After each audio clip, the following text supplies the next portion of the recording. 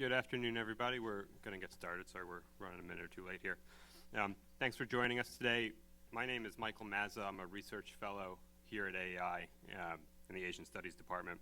Really excited about the lineup we have for you today. I think we're going to have a great discussion.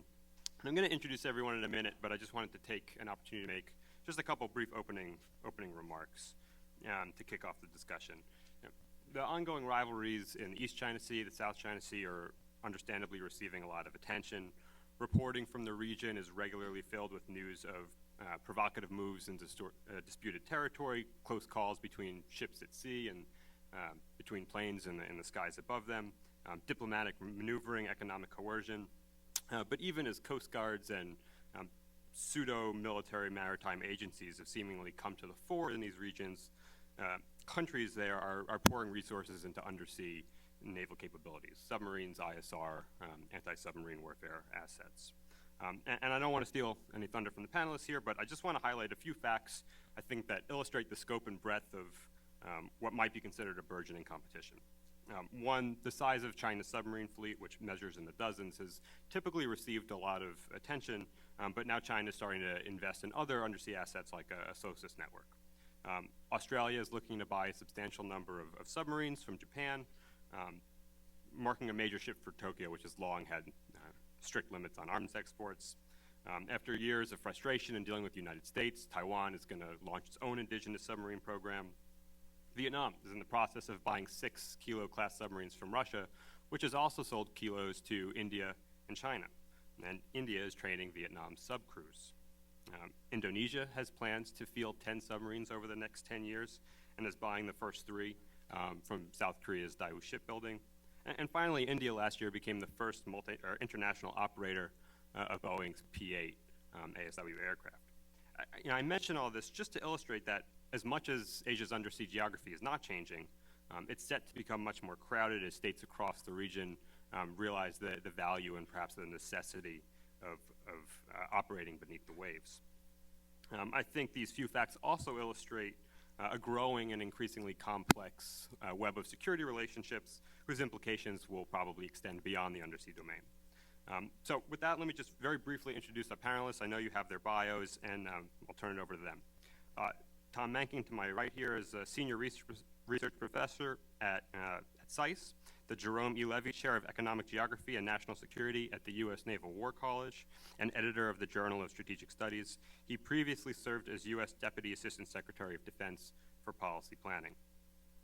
To his right, Dean Chung is a senior research fellow in Chinese political and security affairs at the Heritage Foundation. He has written extensively on China's military doctrine, technological implications of its space program, and dual-use issues associated with the communist nation's industrial and scientific infrastructure. Evan Montgomery is a senior fellow at the Center for Strategic and Budgetary Assessments, or CSBA. At CSBA, his work covers a wide range of defense policy topics, including scenario development, the proliferation of nuclear weapons and advanced conventional capabilities, operational concepts and force structure options for the United States and America's allies and partners, and East Asia, South Asia, and Persian Gulf security issues.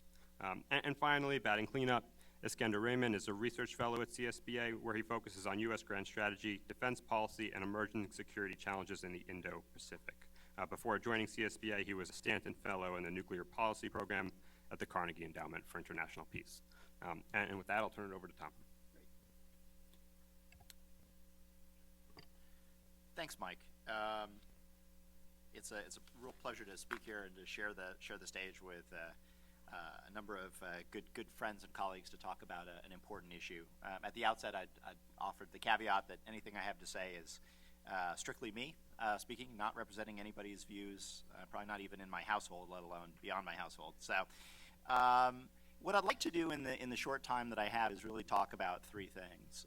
One, just some very brief words about the context for thinking about rivalry in the undersea domain in the Asia-Pacific region. Second, to talk about 4 trends that I see as being most determinative of that competition in the long term, and then to get to what I'm really supposed to talk about, the U.S. part of that competition. So first, I think it's important when we think about the undersea domain, we think about the undersea domain in the Pacific, we should realize that what we really are talking about is part of an ongoing competition between power projection on the one hand and efforts to foil power projection, so-called sort of anti-access area denial capabilities. And I think what's useful to remember when we talk about the undersea domain is that submarines can play a role in both spheres. For the United States, submarines have been instruments of power projection, both in the undersea domain and ashore. For many other countries, submarines have traditionally been instruments of sea denial or anti-access. And so they figure in very different ways for different actors. I raise this competition because I think we are at a very important point in that competition. For several decades after the end of the Cold War, U.S. power projection went essentially unchallenged. But in recent years, a number of countries have begun deploying capabilities to blunt our power projection, to try to dissuade us or deter us from projecting power. China's deployment of so-called counter-intervention capabilities being perhaps the most robust example of that. So where we are now is looking at, on the U.S. side, opportunities to buy back our ability to project power, to counter anti-access capabilities.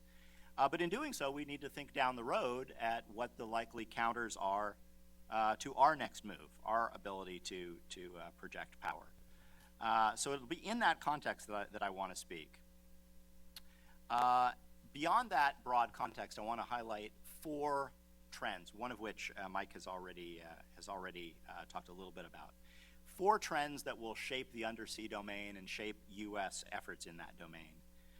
The first trend has to do with growing dependence on undersea infrastructure, undersea cables for communication, undersea infrastructure for natural resources exploitation. And that dependence is only likely to grow in the future. And while dependence on undersea infrastructure is increasing, that infrastructure remains brittle and it remains fragile. And there's always the chance that either through a natural disaster or human action that there could be a disruption of that infrastructure. That's trend number 1. Trend number 2, Mike talked about up front, which is the spread and the modernization of submarines in the Asia-Pacific region. And I would break that into three categories. First has to do with U.S. allies. I say the U.S. is fortunate to have amongst its allies, amongst its close allies, some of the most competent submarine forces in the world, to include the Japan Maritime Self-Defense Force and the Royal Australian Navy. And to the extent that they are modernizing, that represents an opportunity not just for the United States, but an alliance opportunity. Second, as I'm sure Dean will tell us about in a few minutes, the People's Liberation Army Navy is also modernizing, and that's changing the context of operations for the United States. Lest we forget, the Russian Navy is also out there, including in the Pacific, and remains a considerable force, at least in the undersea domain. And then there are all the others, as Mike talked about, Vietnam, Indonesia, others, who are able to purchase increasingly capable submarines off the shelf. So that really will change the context. A third trend has to do with the spread of sensing in the undersea domain. Some of that military, but a lot of it not even commercial, a lot of it scientific in nature. There are many projects in the United States, elsewhere across the Pacific Rim, to instrument the undersea domain. So over time, the undersea domain is becoming progressively less opaque, although I would say it'll remain more opaque than the air or the surface of the sea. But that the spread of these capabilities and the networking of them through different oceanographic projects, different multinational enterprises, is rendering the sea progressively less opaque. Fourth trend has to do with the unmanned revolution and the development of technology and the spread of technology for unmanned undersea vehicles. And some of that, again, is going on in the military sphere, both in the United States and elsewhere. But it's also going on commercially. It's also going on in various scientific research institutes. But the mixture of unmanned systems and the undersea domain, I think, is only likely to increase in the future. That'll definitely change the operational domain for the U.S. and for others. Well, what does all this mean for the United States? I think there are roughly two futures for the U.S. in the undersea domain. One is an extrapolation of the trajectory that we're on now, which is a progressively smaller submarine force, albeit a submarine force that hull for hull, ship for ship, is more capable. It's a submarine force where we progressively are investing more in platforms and probably less in the sensors and the weapons that those platforms use. That, I would say, is the baseline.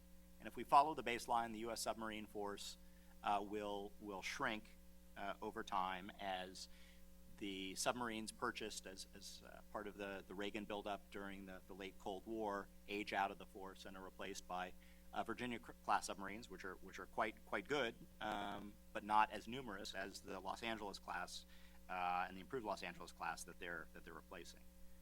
The other alternative would be a renewed emphasis, or an undersea emphasis, if you will, and that would feature an expansion of the U.S. force, but also an investment in weaponry and in kind of force multipliers for the undersea force as well. As I alluded to, the big challenge that the U.S. faces is trying to protect force structure on the one hand versus investing in new capabilities on the other. And frankly, this is the problem that the U.S. Defense Department faces in microcosm. Right? On the one hand, there's a strong tendency to protect force structure, to make sure that we continue to build as many submarines as we can. However, in doing so, the tendency is to shortchange the weapons and the sensors and various additive capabilities that the submarines could bring to bear. And look, there is a sense to which you can trade quantity for quality, but not infinitely. In the future, I'll just say two things and then leave it at that. I think there are two trends that'll affect the U.S. submarine force in particular. The first is that we're used to having an advantage in anti-submarine warfare. It's an advantage that we enjoyed. That was bought at a great price and a precious advantage that we got during the Cold War, and we've been living off of for the decades since the Cold War. However, I think that the anti-submarine warfare environment, for all the reasons I laid out, is likely to become more challenging. More challenging as Chinese become more competent, more challenging as the Russians invest more in their navy, and more challenging for all sorts of trends that have nothing to do with military investments of the major players. So that'll become that's one reality that we're going to have to live with. The other is that I think submarines are going to play an increasing role outside of the undersea domain. So the focus of this panel is on the undersea domain, but we should remember that, and particularly for the United States, submarines play a large role outside the undersea domain, in strike missions, for example, and other types of missions as well. And in an area or an era when limits to U.S. power projection are likely to grow, the contribution of undersea forces to strike missions is only likely to grow. We may have to rely more on subsurface strike in the future in an era when our land-based air is held at risk and our carrier strike groups are also held at risk. So that's a growing need for subsurface forces. But if you actually look at our ability, the strike volume, if you will, of our subsurface forces, it's a small fraction of what a carrier air wing could do, for example, let alone land-based air. So I think there'll be greater demand for submarines to operate outside of the undersea realm, but I think we'll face real limits in the future as to how to actually do that. And so I think It's going to require a lot of hard thinking, both in terms of force structure, how to get the structure that can provide the maximum leverage, but also operational concepts, how to use the forces that we have to best effect. So with that, I'll leave it and wait for the discussion. Thanks, Tom. Steve? Well, good afternoon. My thanks to the American Enterprise Institute for the chance to speak to you today. So I've been asked to talk about how the People's Republic of China, or the PRC, is thinking about the undersea domain as part of its military strategy.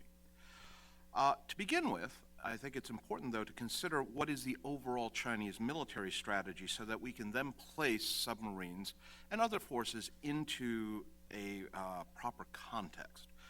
And here I think it's important to recognize the so-called military strategic guidelines, which provide the PLA with the organizational and operational requirements that in turn then guides military planning, weapons acquisition, doctrinal development, and training parameters. For the Chinese, the military strategic guidelines identify the most likely opponents, the most likely focus of conflict, the so-called main strategic direction, what kind of war to prepare for. Is it a total war? Is it a local war? The type of struggle that's likely to be involved, and whether it's likely to be a protracted or brief conflict. And interestingly, the Chinese have adjusted their military strategic guidelines 6 times since the founding of the PRC. And in each case, it was in response to an evolving view of the likelihood of war, changing assessments of who constituted the foremost threat, the kind of war that would likely ensue if conflict did in fact break out, and the overall evolving nature of warfare, including the impact of technology. So here, the most recent shifts were in the 1990s, when there was set out the military strategic guidelines for the new period, which focuses on fighting and winning local wars under modern high-tech conditions against a technologically superior enemy. Reading between the lines, if you squint a little, it sounds a lot like the United States. And the subsequent improvement in the military strategic guidelines for the new period, which has seen a shift to fighting and winning local wars under informationized conditions. And this grew out of Chinese assessments of the conflicts of the late 1990s, particularly in the Balkans, the war in Afghanistan, and the war in Iraq in 2003. Now, these changes in the Chinese military strategic guidelines have accompanied the steady modernization of the People's Liberation Army, or PLA. For the past 2 decades, the PLA has enjoyed a steady double-digit annual growth in its defense budget. And this has meant that at some point, the PLA begins to enjoy the benefits of compounding interest. Albert Einstein at one point said that the most powerful force in the universe is that of compound interest. More to the point, the PLA has been able to support a very broad-based defense modernization effort. So it's not a matter of choosing between submarines, for example, and ballistic missiles, but being able to acquire both, as well as new tanks, 2 stealth fighter jet prototypes, an aircraft carrier, and perhaps most important here, the modernization of the command and control, communications, computers, intelligence, surveillance, and reconnaissance, or C4ISR infrastructure, necessary to more effectively employ all of these various platforms. What I'm trying to get at here with this broad exegesis is to say that Chinese submarines won't fight alone.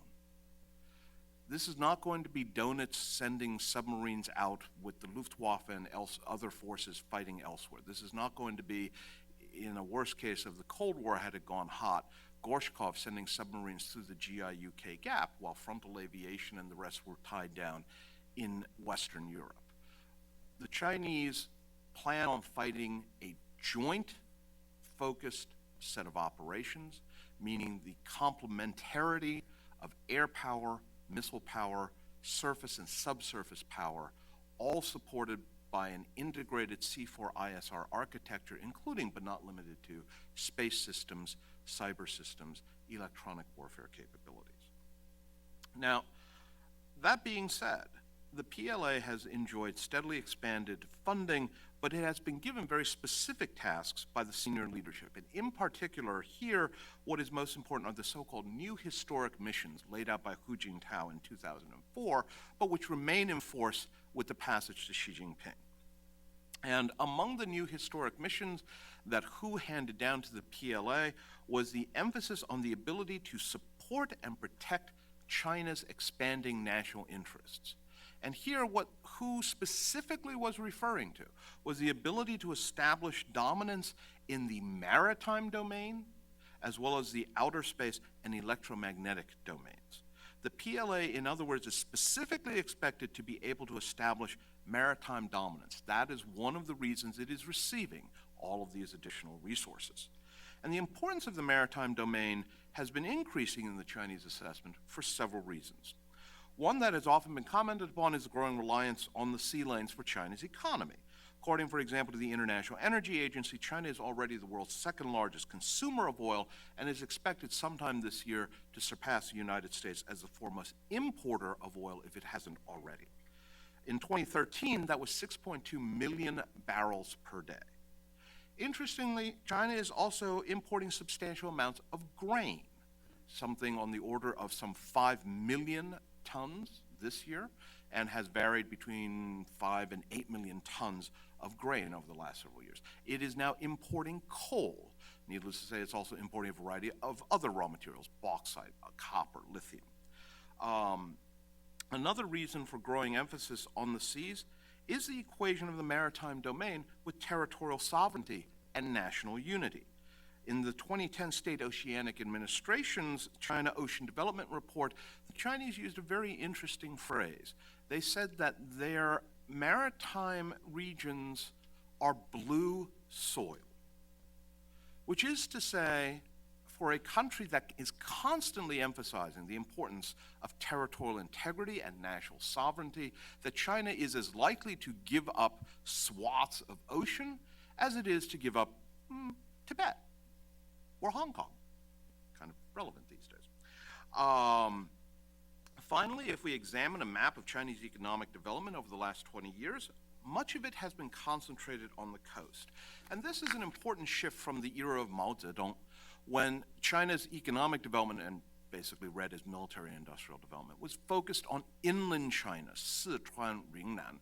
Think basically if you were to overlay a map of China onto the United States, the region from, say, Arkansas through Tulsa, Oklahoma, into the Dakotas. Basically, China's economic development was located there, which, unlike in the United States, is not a nice flat set of plains, but instead highly mountainous, because this industrial development was intended to support the protracted war that Mao envisioned as imminent.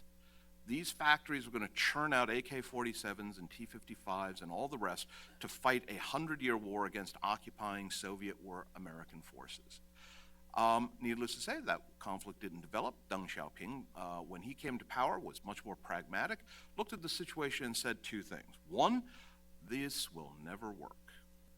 These factories are not financially viable. These locations are not financially sustainable. And so many of those factories were dismantled and moved to the coast. And that was the foundation, part of the foundation, for the special economic zones that have powered China's economic development today, represent China's economic center of gravity, which is on the coast from Tianjin up in the north all the way through Shenzhen in the south. The implication here, however, is vital. When it was deep inland, they were buffered.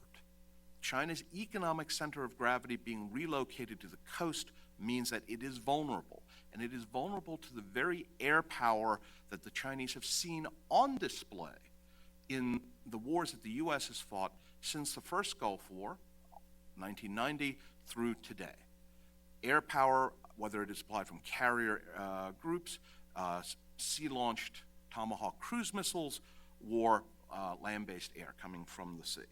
It should therefore not be surprising that Hu Jintao's comments to the 18th Party Congress as he prepared to hand over power to Xi Jinping reiterated the importance of the maritime domain, and who specifically proposed the development of maritime resources, the development of China's maritime economy, and firmly maintaining national maritime interests by building a strong maritime nation, of which a strong navy is integral. Which brings us now to the issue of submarines. The PLA Navy has engaged in a broad modernization effort, including new surface combatants, the new Chinese aircraft carrier, but also new submarines. And here it is noteworthy that until fairly recently, the only modern warships that the Chinese had in serial production was the Type 022 fast attack craft armed with missiles and submarines. lots and lots of submarines. Modern Chinese attack subs include both diesel-electric and nuclear-powered boats, as well as research into air-independent propulsion.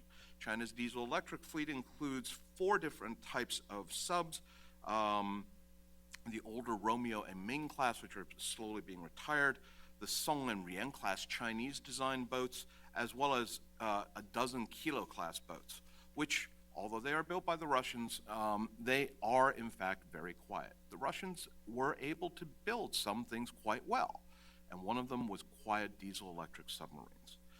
The Chinese used the Ming class and subsequently the Rian class as test beds for air-independent propulsion boats. So the Chinese are in fact at the cutting edge.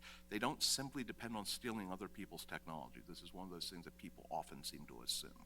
But in fact, when you have 1.3 billion people, if you're 1 in a million, there are 1,300 of you in China. There's probably a few smart people among them. And in the context of a constantly expanding defense budget, probably a few people who have the resources to turn their thoughts into reality. In addition, China fields a much smaller number of nuclear-powered attack boats. 3 of the old Han class built in the 1970s, those are being retired. 5 of the Shang class, with perhaps another 2 or 3 building. Those are compared to the Victor III class the old Soviet Navy had. Not especially quiet, but on the other hand, China, among the East Asian nations, is the only one that has nuclear-powered attack submarines. So what are these submarines, some 50 to 60 of them, supposed to do? I would suggest that there are several key roles. First and foremost, defending that economic center of gravity. In particular, sea denial within the near-sea region, Qinghai, Fangyu, which is basically the waters from China's coast to the first island chain, while also being able to hold at risk enemy forces operating in the far sea, the Rianhai region, the waters between the first and second island chain out to Guam. It's worth noting here that the extended range of Chinese anti-ship ballistic missiles offers the possibility of coordinated strikes out through the second island chain among missile, air-breathing, and maritime forces. The recent announced dispatch, however, of Chinese nuclear-powered and diesel-electric submarines to the Indian Ocean envisions a different role for China's submarine force. Along the lines of what Tom was saying earlier, we have different roles for submarines, so do the Chinese. And here I would suggest that rather than being the silent service, it potentially suggests that China sees its submarines as an integral part of its military diplomacy and deterrence capacity. Now, deterrence here, it is important to note, in Chinese, the term is wei se. And wei se, while it's translated as deterrence, is arguably better translated as coercion or compellence. We think of deterrence as keeping you from doing something. We deterred the Soviets from taking Berlin. The Chinese term wei se includes getting you to do something you don't want to do. So I can deter you into doing something.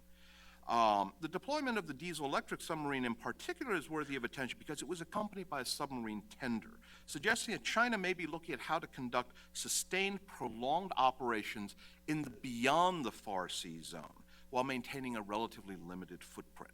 It puts a very different spin on the so-called string of pearls, which, it should be noted here, really thus far has only been commercial ports.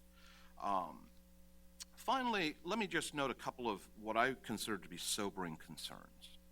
1, no one has actually fought a naval war in 30 years. The last time we had a real naval war was the Falklands. And since then, we've gone through 2 or 3 at least generations of weapons development, and nobody's actually used them very much. I'm not complaining, that's not saying, but rather that this should caution us in our predictions of what future naval warfare will look like. In that context, the last time submarines were involved was in the Falklands. And there, the Royal Navy, at the time NATO's varsity team, not the JV team, was unable to successfully prosecute against 2 diesel-electric submarines. Think about what that implies against a fleet of 50 or 60. And finally, along the lines of what Mike mentioned about the proliferation of submarines, there's an interesting potential IFF problem out there. If you have lots of submarines all coming from roughly a handful of manufacturers, how well will we be able to differentiate between an unidentified contact 2 or 3 convergence zones out? And does that mean that we may wind up having to engage a lot closer than our weapons allow, which would nullify the advantage provided by long-range sensors and the like? In other words, again, having not fought such a war in 30 years, the World War II, pinging sonars and all that is really cool as an idea, and I like Das Boot, but that's not reality. And I'm not sure we know what reality will look like until the torpedoes start buzzing away. So on that note, let me hand the floor over to the next. On that happy note there. Oh, I'm the optimist always. Wait 5 minutes, then we'll see. First, thanks to AEI and to Mike for organizing this roundtable and inviting me to participate. I'm really happy to be here. This is a really interesting issue. I'm not a Taiwan expert, which means I know just enough to be dangerous or wrong, but we'll see. So when we're talking about Taiwan's defense posture, the military balance between Taiwan and mainland China, or security cooperation between Taiwan and the United States, the submarine issue looms large in almost all of those discussions. It's either the focal point of discussion, it's the source of the argument, or it's the elephant in the room, depending on who's part of the conversation. There's no doubt that Taipei is determined to upgrade its relatively limited undersea warfare capabilities. In fact, it has been for some time, even though those efforts really haven't amounted to very much to date. With China steadily modernizing its armed forces, including its naval forces, submarines are often cast as exactly the type of asymmetric option that Taiwan needs to offset the PRC's growing military advantage at sea, not just by officials in Taipei, but by a lot of very thoughtful defense analysts here in the United States as well. After all, submarines were once considered the weapon of the weak, and to some extent that's still true. So from this perspective, the only real question Taipei faces is whether it should build them at home or buy them abroad. Now, for a lot of nations operating in East Asia, submarines, especially large conventional or nuclear-powered submarines, make sense. East Asian waters, as Tom and Dean discussed, are becoming increasingly contested and increasingly dangerous, thanks in large part to China's military modernization, including its development of anti-access area denial capabilities. And submarines are particularly useful in this type of environment given their stealth, which is why you see so many nations investing in them, whether it's the United States, Japan, Australia, or Vietnam, just to name a few. When it comes to Taiwan, though, I'm going to diverge from the conventional wisdom a little bit and try to play the role of contrarian today. Specifically, I'm going to make the case that Taiwan should reconsider embarking on a new submarine procurement program, at least the type of program that it seems intent upon. First, a little bit of background. Taiwan's current undersea warfare capabilities, as I said, are extremely limited. It has only 4 submarines, 2 Dutch submarines that date back to the late 1980s, which both of which remain operational and were recently upgraded with Harpoon 2 anti-ship cruise missiles procured from the United States. It also has 2 American submarines that date back to the 1940s, which by most accounts are not operational or really only used for training purposes. Now, it's no surprise that Taiwan is looking to improve its submarine force. As a small island nation located just 100 miles from its much larger rival, one that refuses to accept its independence, it occupies an unenviable strategic position.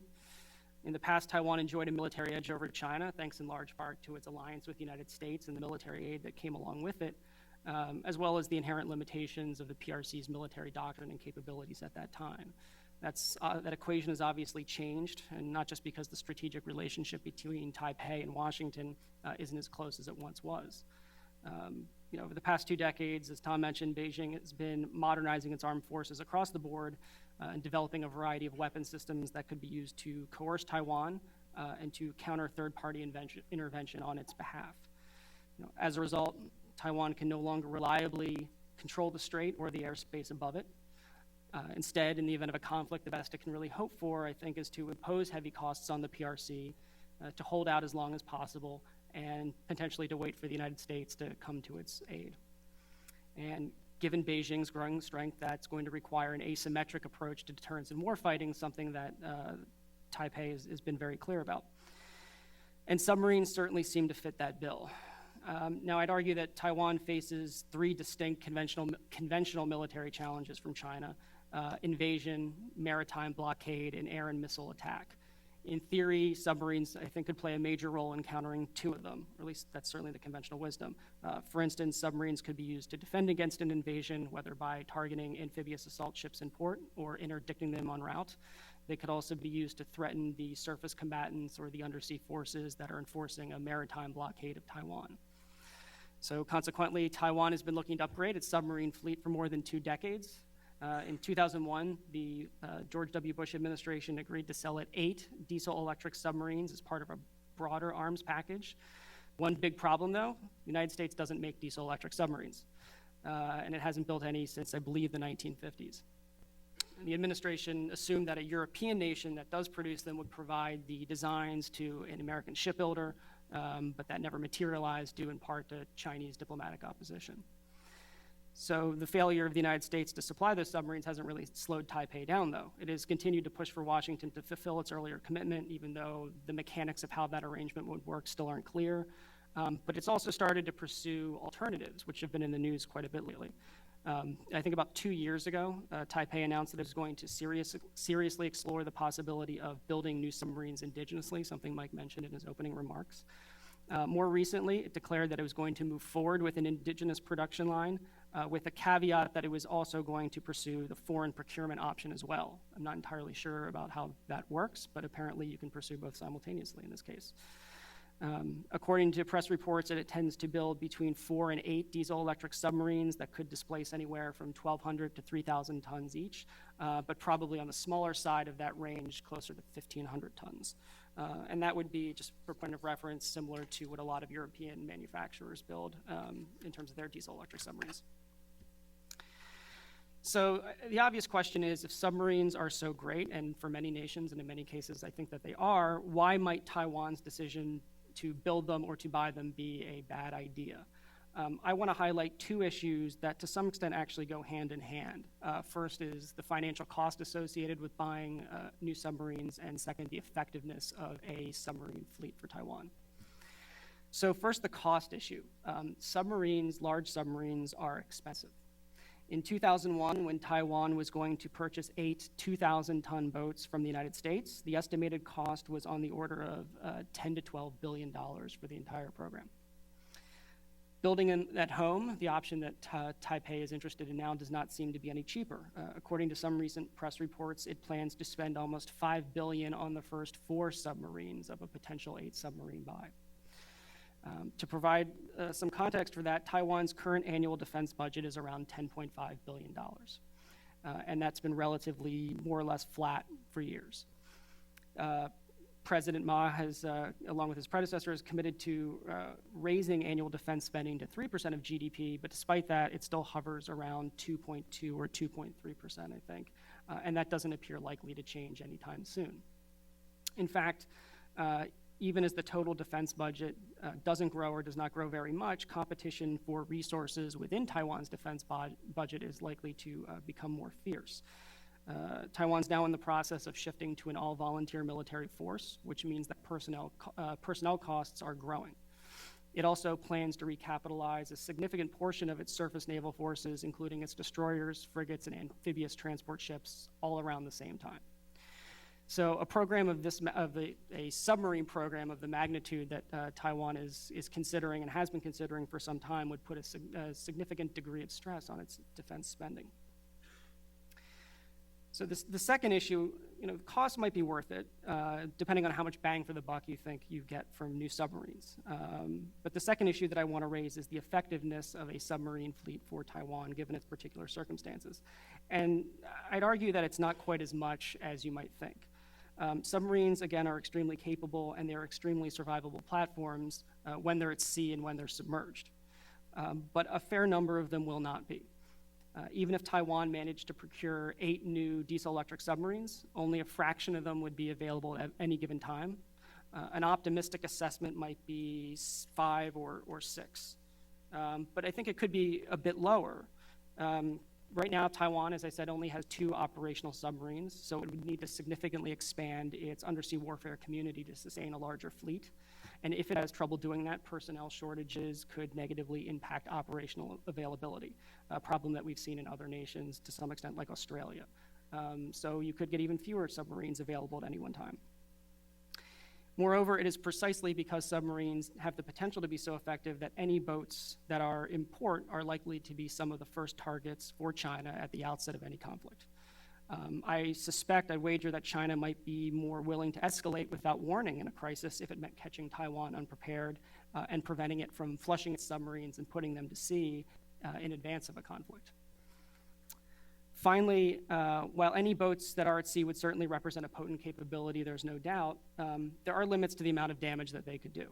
These are boats with relatively small payloads. They only carry a relatively small number of torpedoes or anti-ship missiles. They would not be able to reload in all likelihood because the port that they operate from would be damaged or destroyed in a conflict. Moreover, we often talk about China's anti-submarine warfare capabilities as being not very good, not very formidable at present, and that's one reason that Taiwan should go the submarine route. But I think it's entirely possible that if Taiwan does really double down on its commitment to a submarine fleet, you would see China invest considerably more resources and effort to ASW. And since the first indigenously produced Taiwanese submarine isn't expected to be ready until 2025 at the earliest, China would have a pretty good amount of lead time to improve its ASW capabilities.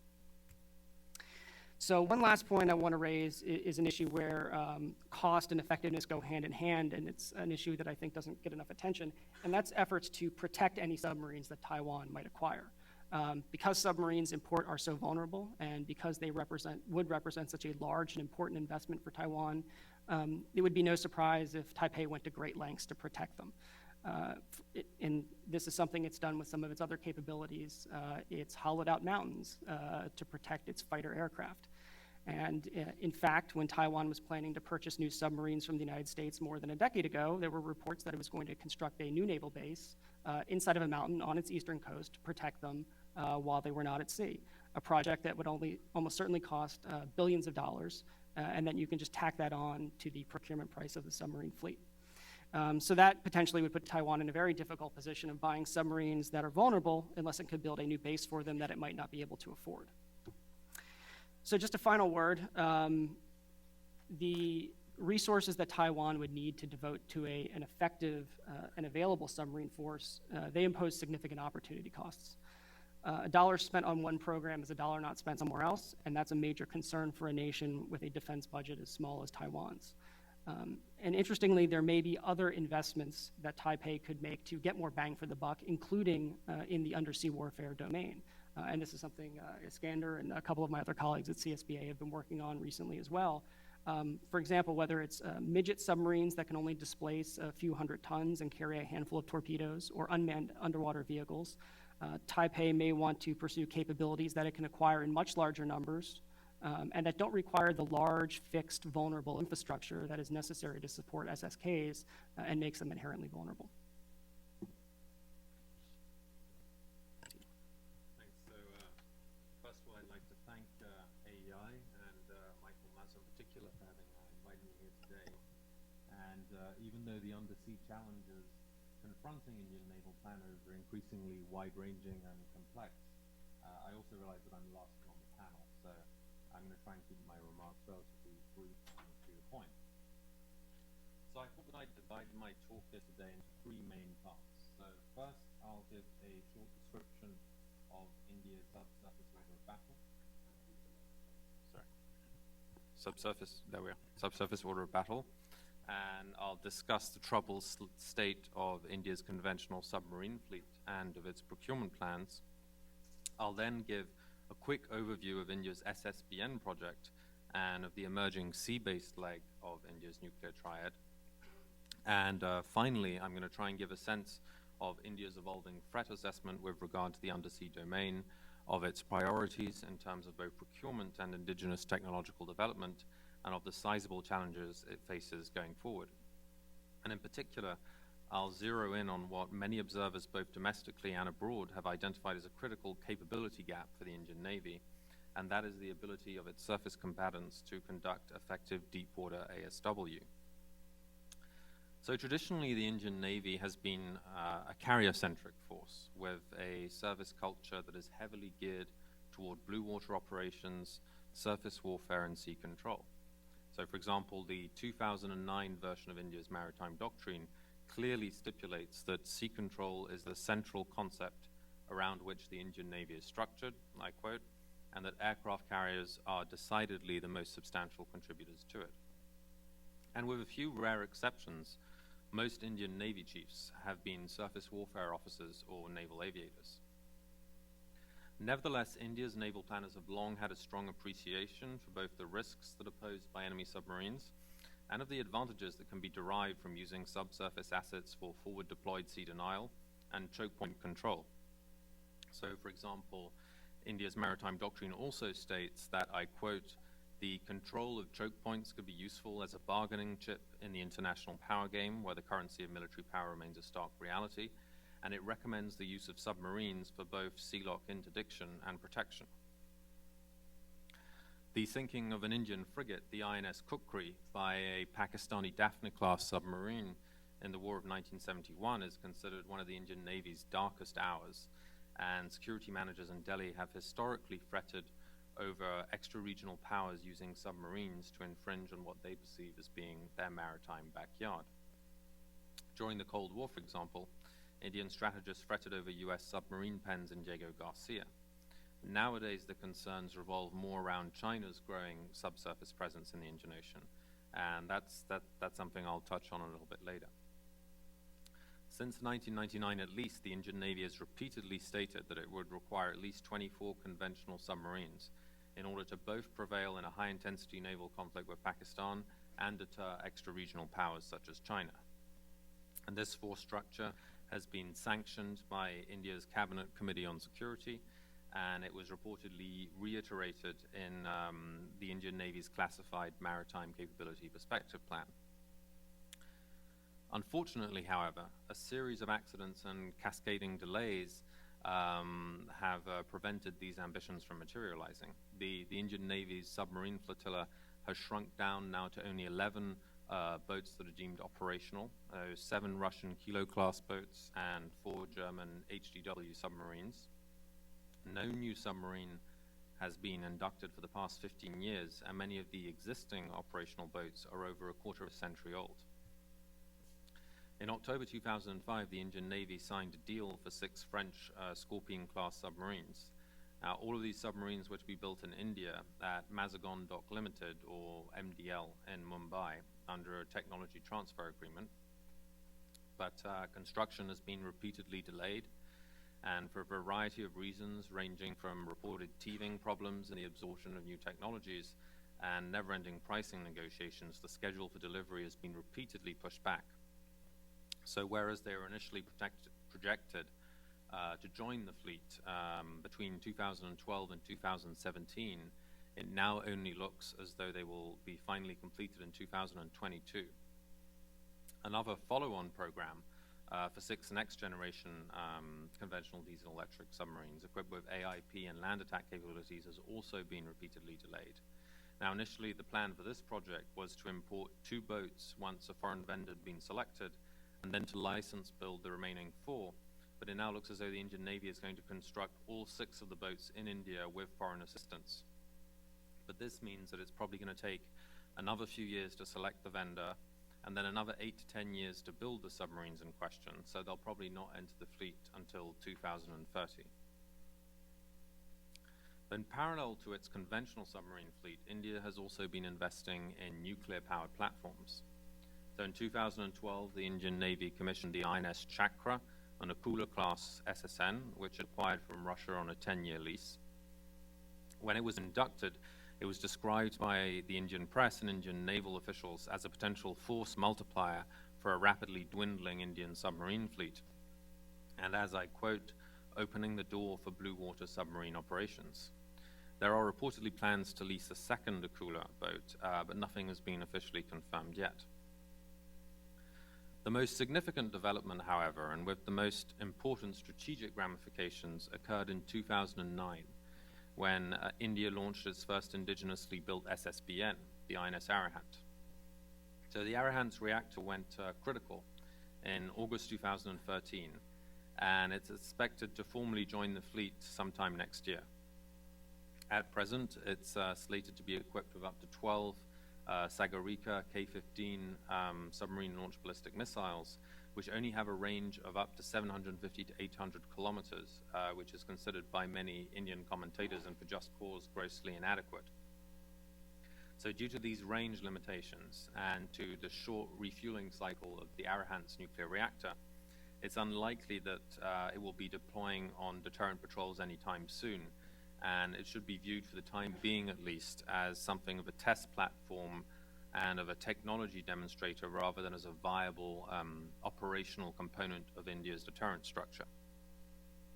In the future, however, this may change, as India is continuing to develop longer-range SLBMs, such as the so-called K4, which has a reported range of 3,500 kilometers, or the K5, which is still in the design phase and which is projected to have a range of 5,000 kilometers. New Delhi is acutely aware of the fact that in order to enjoy an effective sea-based deterrent, particularly vis-à-vis China, it's going to need to develop larger SSBNs with greater missile carriage capacity and more powerful nuclear reactors. So for the time being, 2 additional SSBNs are in the process of being constructed. These SSBNs reportedly share many of the Arahant's infelicitous specifications, but a 4th, larger variant is in the design phase. And for those that are interested, sometime in the next few months, the Carnegie Endowment should be publishing a much more in-depth report of mine on these issues. I think that it's underappreciated the extent to which this constitutes a massive undertaking for the Indian Navy, whether in terms of technological development or supporting infrastructure, or even in terms of modifying existing command and control arrangements. So, for example, with regard to supportive infrastructure, the Indian Navy is in the early stages of developing an SSBN base in Rambili, which is along its eastern seaboard, and it's just completed its first extremely low frequency station in Tamil Nadu. And this is because whereas the continental shelf along India's western seaboard only tapers very gradually into the Arabian Sea, the Bay of Bengal has much deeper waters, and so it's much more amenable for SSBN operations and perhaps in the future for SSBN bastion development. So briefly, what are the Indian Navy's main concerns with regard to the undersea domain? I'd say that there are 2. One is more immediate and one is more long-term. The immediate concern is Pakistan, which currently operates 5 submarines, so 3 Augusta 90B submarines and 2 more antiquated Augusta 70 boats along with 3 midget submarines. Now, unlike India's conventional submarines, Pakistan's Augusta 90B submarines are equipped with air-independent propulsion, and senior Pakistani defense officials have recently intimated that Pakistan could soon conclude a long-discussed deal to procure 6 additional SSKs from China. On a tactical level, the Pakistani Navy has traditionally focused on offensive sea denial and on coastal interdiction, and the addition of another 6 submarines to its inventory could render any Indian naval operation in Pakistan's cluttered littoral waters particularly challenging. The more long-term concern is related to China's naval presence in the Indian Ocean and to Chinese submarine deployments. So since December 2008, China has regularly rotated naval task forces in the Indian Ocean, ostensibly for anti-piracy missions. Indian observers, however, have long fretted over the second-order effects of these deployments, noting that they have allowed Chinese naval intelligence units to better map the Indian Ocean's underwater topography and record bathymetric conditions. Similarly, China's signature of a contract which allows it to explore polymetallic sulfide ore deposits over a 10,000 square kilometer portion of the southwest Indian Ocean seabed were perceived by India's Directorate of Naval Intelligence as an excuse for the Chinese Navy to map the Indian Ocean's underwater topography with future submarine operations in mind. And in 2013, the Indian press leaked the findings of a classified Indian Defense Ministry report, which reportedly alleged that Chinese nuclear submarines were making increasingly frequent forays into the Indian Ocean. And in February of this year, this was confirmed by Lieutenant General Michael Flynn, the director of the U.S. Defense Intelligence Agency, who declared that China had recently deployed for the first time nuclear-powered attack submarines to the Indian Ocean. In the past, Indian naval officers had repeatedly suggested that the forward deployment of Chinese nuclear submarines would be cause for grave concern. More recently, as Deng mentioned, Song-class submarine berthed in Colombo, and this was also extensively reported in the Indian press. And now that China's subsurface penetration of the Indian Ocean has been confirmed, it's going to be interesting to see how the Indian Navy chooses to respond to what it no doubt considers an unwelcome new strategic reality. So I'll conclude perhaps with a brief detailing of what I consider to be one of the Indian Navy's prime concerns, and that is the growing vulnerability of its surface vessels to submarine attack. So as of now, none of India's major surface combatants are equipped with towed array sonars. Most only have hull-mounted sonars, and this severely impedes their ability to operate it in deeper contested waters. And this is largely due, as often in India, to the dysfunctional state of India's higher defense management. So even though the Indian Navy has been trying to import advanced towed arrays for its ships since the 1990s, the Indian Ministry of Defense has repeatedly blocked these attempts in favor of indigenous efforts, such as the Nagan towed sonar array, which was unsuccessful. This situation has only been recently reversed, but it's going to take a while before India's frigates and destroyers are equipped with towed sonar arrays. These concerns are compounded by the fact that the Indian Navy suffers from a severe shortage in ASW helicopters. So it currently only has 11 Kamov 28 and 17 Sea King helicopters to service a fleet of over 130 boats. And once again, the Indian Navy's requests to move ahead with a contract for 123 more helicopters have been repeatedly delayed by bureaucratic incompetence, corruption investigations, or political diffidence. And I think that this, whenever one discusses India's naval modernization, the dysfunctional state of India's procurement system remains at the heart of the issue. One of India's most celebrated military officers, the Field Marshal Manekshaw, once famously said, "I wonder whether our political masters can distinguish a mortar from a motor, a gun from a howitzer, a gorilla from a gorilla, although a great many resemble that latter." Obviously it was a very tongue-in-cheek statement, but I think unfortunately Manekshaw's frustrations remain very true to this day, and it remains to be seen whether the current Modi government will be able to reverse that trend. They've already showed signs of moving more actively to cut away some of the red tape that surrounds these defense procurement issues, but at the same time, Modi has placed a much greater emphasis on defense indigenization and on procuring and on developing systems indigenously. So my concern is that until this issue is resolved, India's subsurface challenges are likely to grow rather than diminish. And with that, I'll conclude.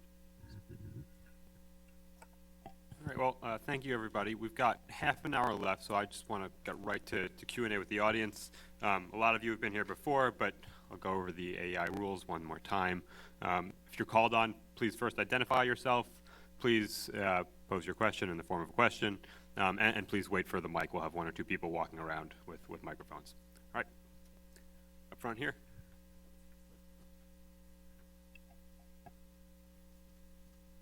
John Zan with CTI TV of Taiwan. Evan, your suggestion that Taiwan needs to reconsider purchasing or building its own submarines, does that have anything to do with the difficulty that the United States has in helping Taiwan purchase or build the submarine? That's the question for you. And also, Dean, what do you think of Evan's suggestion from your perspective, and comments from the rest of the panelists? Thank you. So he's provided the opportunity for everyone to disagree with me, so I encourage you to take him up. So the mechanics of how the United States would actually help to build, help Taiwan to acquire submarines, I would say that's definitely a serious consideration, but I think I have broader reservations about the value of the types of submarines that Taiwan is intent on procuring, whether that's through some sort of cooperative relationship endeavor with the United States or with some other third party. So I think that's the first order problem.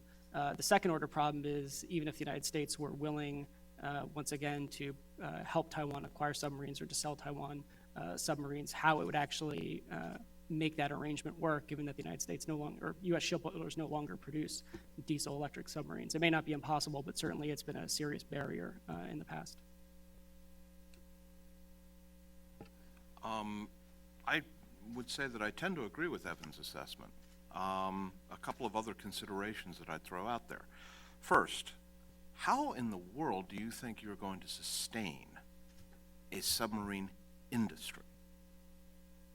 Fine, you're going to build 8 submarines. We will be extraordinarily generous. They will be built on time and on budget, which in and of itself will make Taiwan the paragon for defense industries around the world.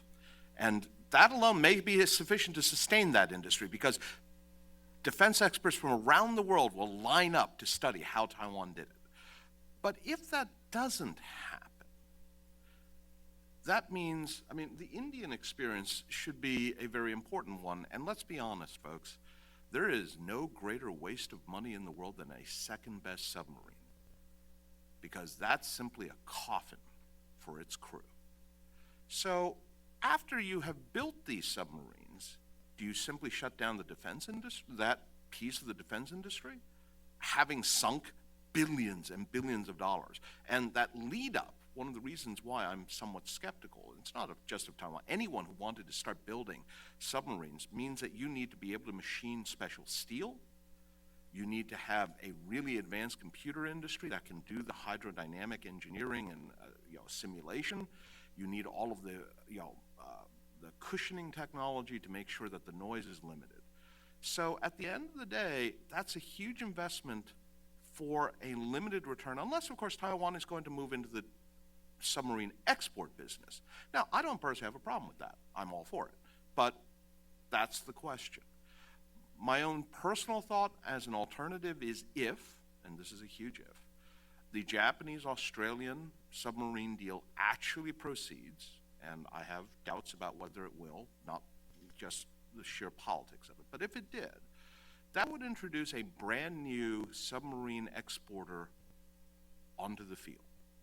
And it would be an exporter that owed a lot less to China than perhaps the Germans or the Swedes or other countries do. So I would personally think that that would be an avenue that was worth exploring, if only for the politics and the optics of it. Never mind the fact that Japanese Soryu-class boats, from what I understand, which is not very much, I will be honest, are apparently supposed to be very, very good boats. Just to add to what Dean said, and again, I think it's worth kind of benchmarking Taiwan against other countries seeking to produce submarines. So there, Australia is a good example. So roughly the same population as Taiwan, and in the case of Australia, actually a history of indigenously producing submarines with a lot of foreign assistance. Recent Rand Corporation study showed that Australia as a country has roughly 1/3 to 1/2 of the skilled individuals needed to carry off a conventional submarine program in the entire Australian workforce. Maybe Taiwan's better than that, but my guess is it's not, just again, given that it doesn't have a history of indigenous submarine production. So I think that is a way of bounding it. So, Australia is certainly, thinking about, Australia is committed to modernizing its submarine fleet, thinking about a domestic production approach. But I think even if it goes down that road, it'll be heavily assisted by others. And again, it's a much more favorable situation than Taiwan has today. So, a follow-up question on that, sort of following up on Dean's point on the Japanese sale to Australia, potential sale. Australia needs to then retire its Collins-class boats. Are they a potential option for Taiwan to acquire if it didn't want to go down this sort of more unconventional route? I think that's probably a bit unlikely. I mean, the Collins-class boats are quite large, far larger than probably what Taiwan would need or would be willing to afford and sustain and man and crew. And although I think they are better now, they've had significant reliability issues in the past, and I don't know how that would translate if you were to sell them to another nation. I think it's also safe to say that given the timelines of the Australian submarine modernization programs, that the Collins class will remain in the active force until the end of their service life, not before.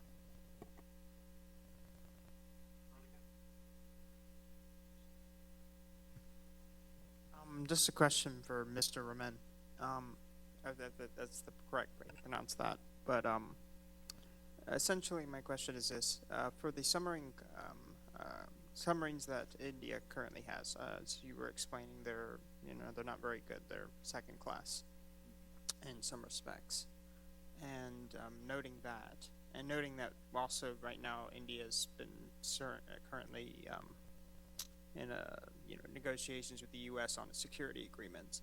Do you think there might be a potential for future technological sharing in that area of submarine and undersea development?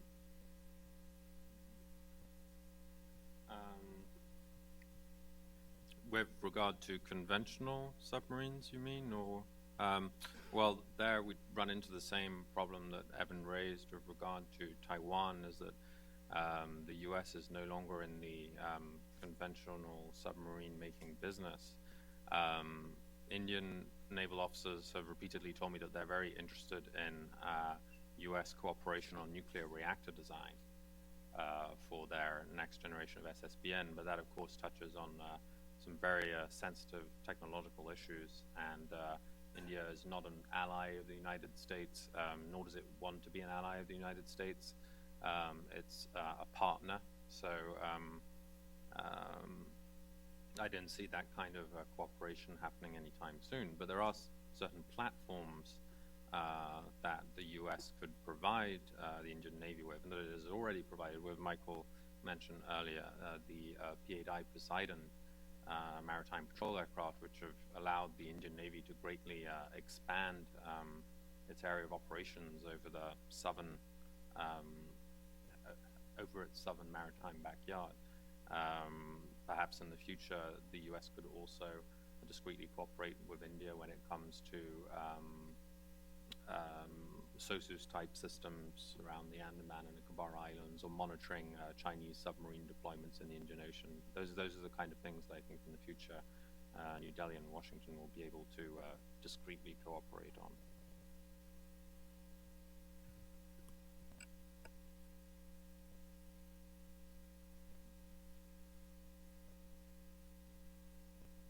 Thank you all for speaking today. I'm James Tetlow with Washington Corps. I had two quick questions. One is, what about how South Korea has been developing anti-submarine warfare after a few years ago with the sinking of the Chonan? And second, what impact, if any, will the growth of submarine fleets have on the South China Sea with a number of the navies in Southeast Asia developing their submarine fleets? Thank you.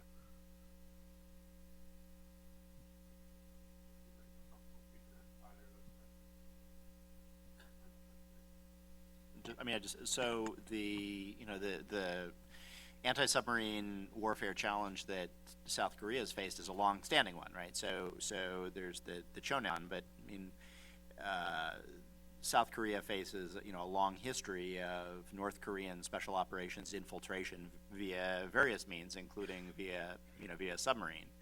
So that's a long-standing concern, and I think the ROC Navy has done a lot to address that. Of course, that is a different type of a problem.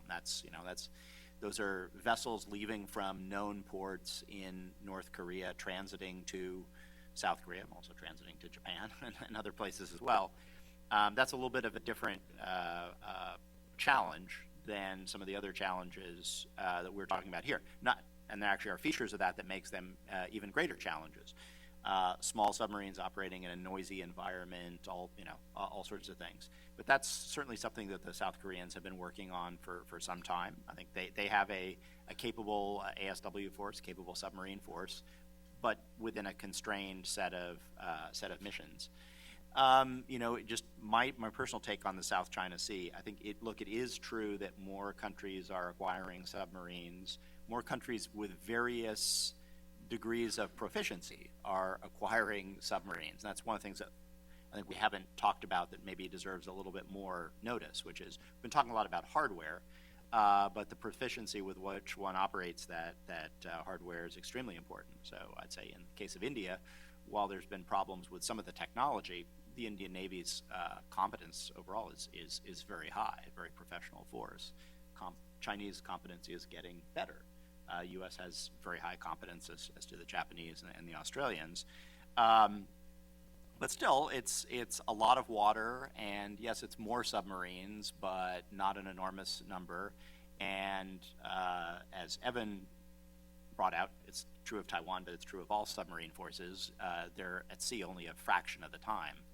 And so I think it's easy to overstate the possibility of running into each other. And I think the misidentification problem in war is, that's something that needs to be considered. But I also wouldn't overplay that as well. I think one of the challenges is that you have these weapons that are not classically instruments of signaling or presence. They are instruments of deterrence, or they're instruments of warfighting. But the challenge in the South China Sea is demonstrating presence and demonstrating sovereignty. How might submarine forces in the region choose to do that? That's an interesting question. I think one that definitely deserves more scrutiny than it's got.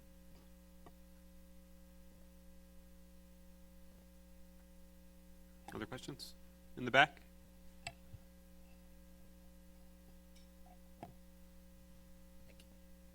Liu, Voice of America. Admiral Greenland has spoken so many times saying the United States, quote, owns, unquote, the undersea domain.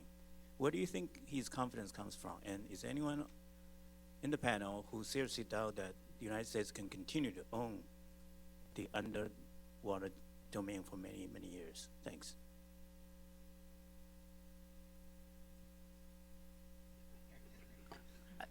I think far be it for me to interpret what Admiral Greenert has to say, but I think what he's saying is he's using shorthand to say, and what I would say using a lot more words than he did, is the United States has built up and maintained a dominant position, a great competence in the undersea domain at the cost of a lot of money and a lot of time, a lot of expertise over decades.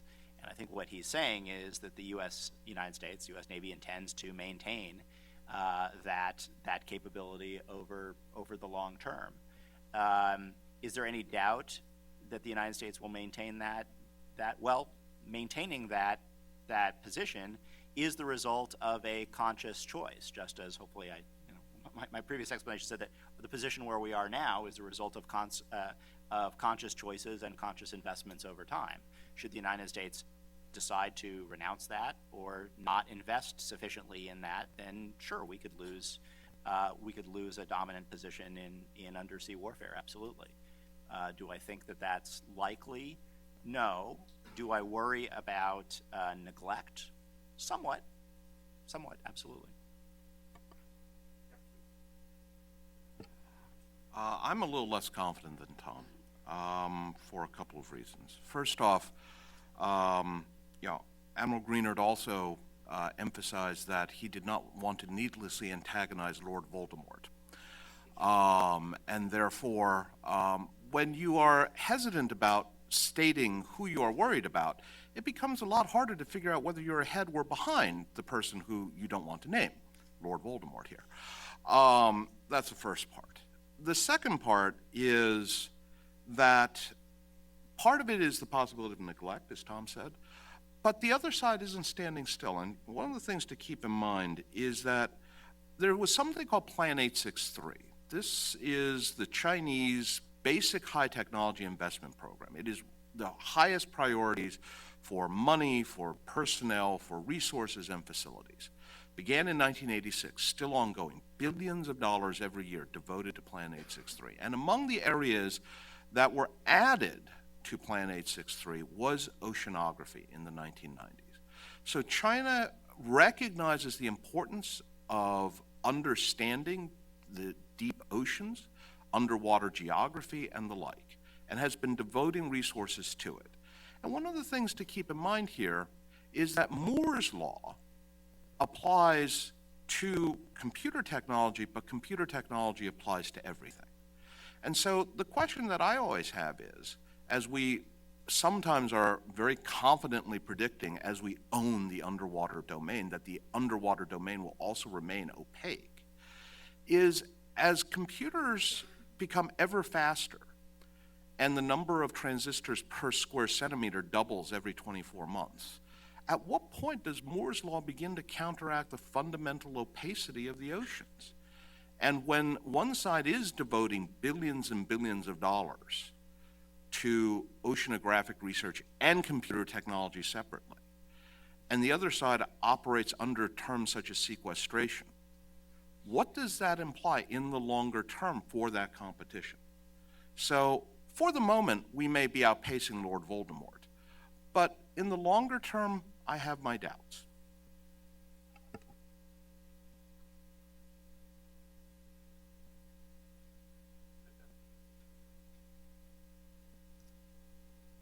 I'm John Paulin. I work for Lockheed Martin. And first of all, thank you, each of you, for your comments today. I thought they were really good and learned something new from each one of you.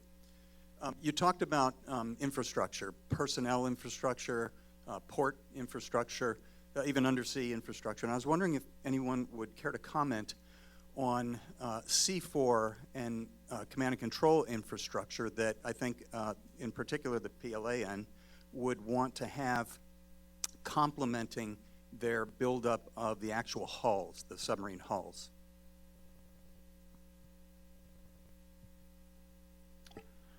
Well, in the context of local wars under informationized operations, the PLA emphasizes two aspects. The ability to establish information dominance for itself, which is the ability to gather, transmit, exploit, and act upon information faster, more thoroughly, with higher confidence than an opponent, and to counter information dominance, to deny an opponent that same set of capabilities. So I would expect, and we do see some aspects of this, is the great growth in Chinese command and control. So on an individual platform basis, increasing sophistication. The Chinese just commissioned the first of the Type 052Ds, which has been compared to the Arleigh Burkes. Something worth considering here is that here we are in 2014, and the Chinese are commissioning ships that 10 years ago, if you had said that they would field something directly comparable to an Arleigh Burke, most people would have said, you're obviously working for some right-wing organization like the Heritage Foundation, because there's no way that the Chinese are going to be doing it that soon. Well, here they are. So at an individual platform level, you would expect to see a better and better outfit, a more and more sophisticated electronic setup. But more importantly, you would expect to see, in the context of the Joint Campaign Command Headquarters context for a war zone, a growing role for the Navy, and we do see that. We would expect to see a growing proliferation of a variety of naval command and control assets so that you can operate your forces farther and farther out at sea.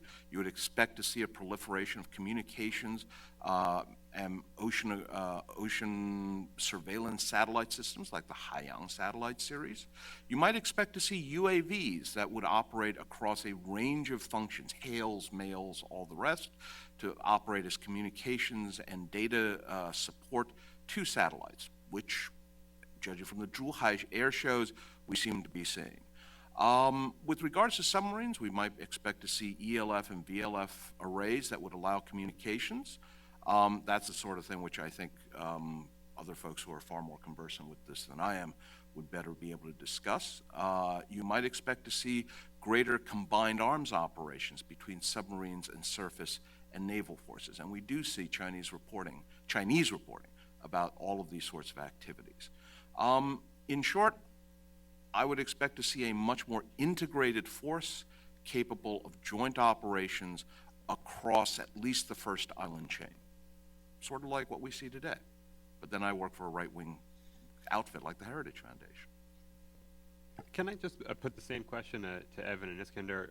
Are Taiwan and India investing or prepared to invest in the sort of maritime domain awareness capabilities in C2 that's really necessary to ensure that their submarines, whatever sort of submarines they may be, are capable of carrying out the jobs they're meant to carry out?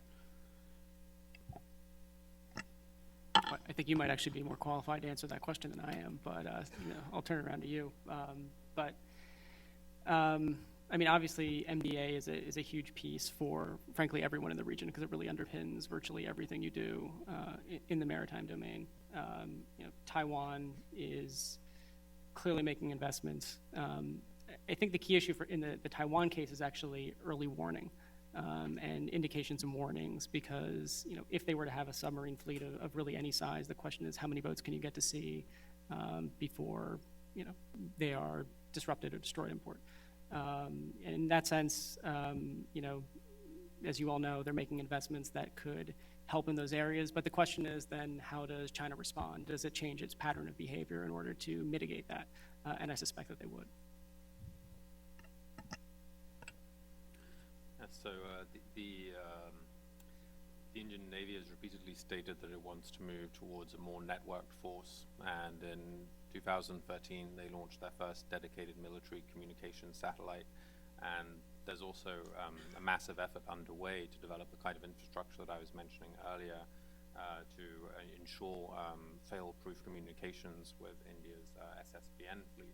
There is a little bit of confusion in between how exactly the financing is going to be delineated in between specific government allocations and the Indian Navy. When I've spoken to people in the Indian Navy, they're very concerned that they will have to bear the financial burden of all of this, and they point to the U.S. Polaris program, saying that they don't want to be put in a similar type of situation. As they go forward, I think the question is whether they're going to invest in Tacoma-style aircraft, because for the time being they have one VLF station from the 1990s. They've just completed the construction of an ELF site in the same location, and they're planning one or two more. But of course, in the event of conflict, these would be very visible, high-priority targets for Chinese missile forces, for example. So as they go forward, they're going to have to deal with an enormous amount of challenges that other nuclear powers had to deal with during the Cold War as they matured their sea-based deterrent. Up front here. This will probably be the last question. Are there any other questions? We could take a couple at once. Okay, we'll make this the last one. Thank you. I'm Rita Chen from Taiwan Central News Agency. I have a question for Mr. Chen and Mr. Montgomery. And both of you think that either building or purchasing the submarine is not a good idea for Taiwan. But Taiwan do need a self-defense ability. So what's your suggestion for Taiwan? For instance, I don't know if it's right or wrong. And they should changing their focusing from under the sea to Air Force ability or something like that. And one more thing is that what and how Taiwan can do, and since there are a lot of conflict in this region between the China and U.S. So what and how Taiwan can do? Yeah, thank you. Always close with an easy question. First off, I'd like to clarify, at least for myself, I don't oppose Taiwan buying submarines. In fact, if Taiwan can buy submarines, I would encourage it to do so.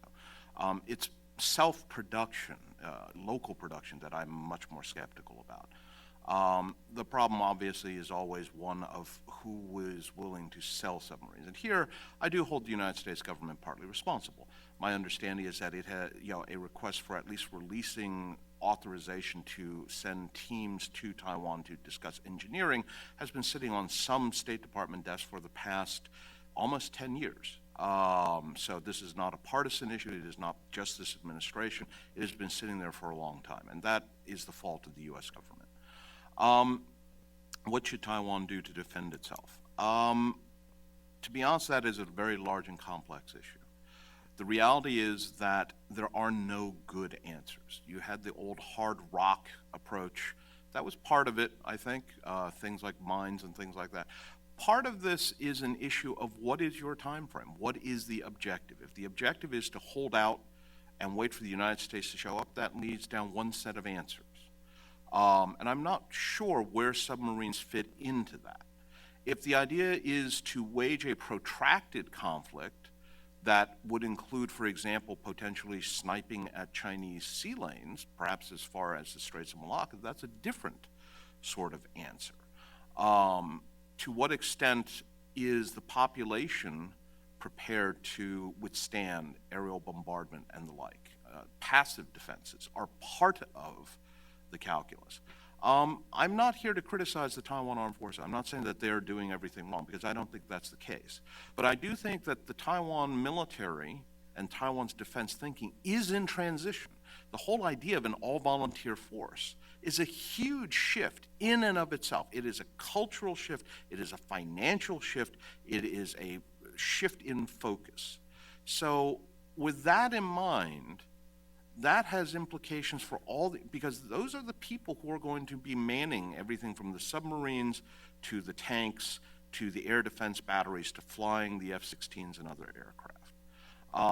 So all of that, to what extent is there an integrated approach that is taking into account these fundamental shifts that are going on within the Taiwan military and within Taiwan as a whole? I'm not sure that I have a good grasp of that, and that's in part, I would suggest, because I'm not sure there has been a clear message sent.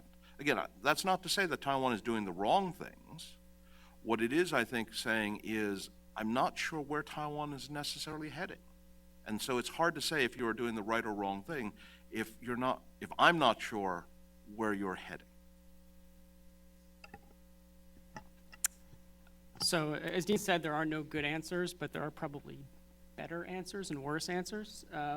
And at least in the undersea domain, I would argue that undersea warfare is extremely important. It's extremely important for Taiwan. I just question the way they are approaching the issue.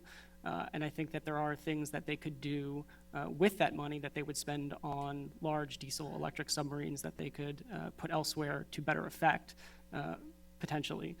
For example, buying or developing indigenously midget submarines or unmanned undersea vehicles, things that could be purchased in much larger numbers, so you don't put all your eggs in one or just a few baskets that are potentially quite vulnerable. And then my broader concern on the Taiwan side is that the submarine issue has become such a focus of both military and civilian leaders in Taiwan, from my impression, that I fear that it creates a bit of tunnel vision, and that they become overly focused on this one issue, and it crowds out thinking about other ways that they could compete with China and perhaps shift the military balance in the Strait in their favor. All right, well, please join me in thanking our panelists for a great discussion.